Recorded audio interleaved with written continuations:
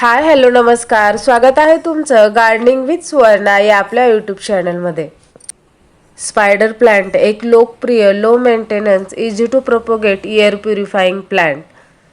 आजच्या व्हिडिओमध्ये मी तुमच्याशी शेअर करणार आहे की एका प्लांटपासून किंवा एका मदर प्लांटपासून आपण स्पायडरची अनेक रोपे अनेक प्लांट कसे तयार करू शकतो। त्यासाठी व्हिडिओ शेवटपर्यंत पहा।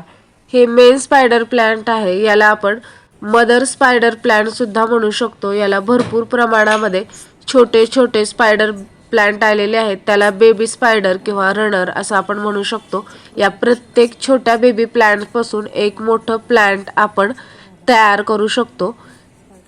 हे प्लांट आपण 3 प्रकारे प्रोपोगेट करू शकतो, मातीमध्ये, पाण्यामध्ये आणि एअर लेअरिंग करून। हे मेन मदर स्पायडर प्लांट आहे, याच्या एका ब्रांचलाच खूप सारे बेबी स्पायडर आलेले आहेत। मेन स्पायडर प्लांट आहे किंवा जे मदर प्लांट आहे ते जेवढं हेल्दी कंडिशन मध्ये असेल तेवढे त्याला बेबी स्पायडर भरपूर प्रमाणामध्ये येतात।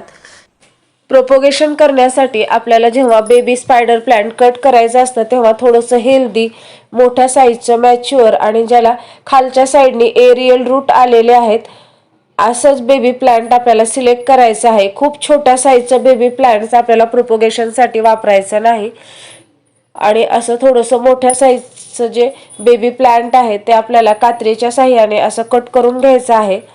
हे प्लांट खूप इझिली प्रोपोगेट होतं। बेबी स्पायडर प्लांट कट केल्यानंतर आपल्याला ते मातीमध्ये किंवा पाण्यामध्ये लावायचं आहे। या ठिकाणी मी स्पायडर प्लांट प्रोपोगेट करण्यासाठी माती घेतलेली आहे।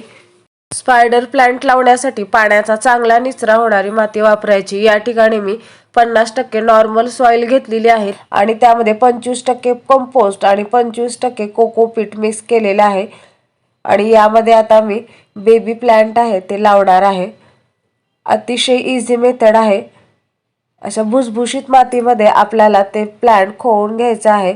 साइडनी थोडीशी माती सरकवायची आहे जेणेकरून त्या प्लांटला थोडासा सपोर्ट भेटेल आणि त्यानंतर आपल्याला पाणी देऊन घ्यायचं आहे।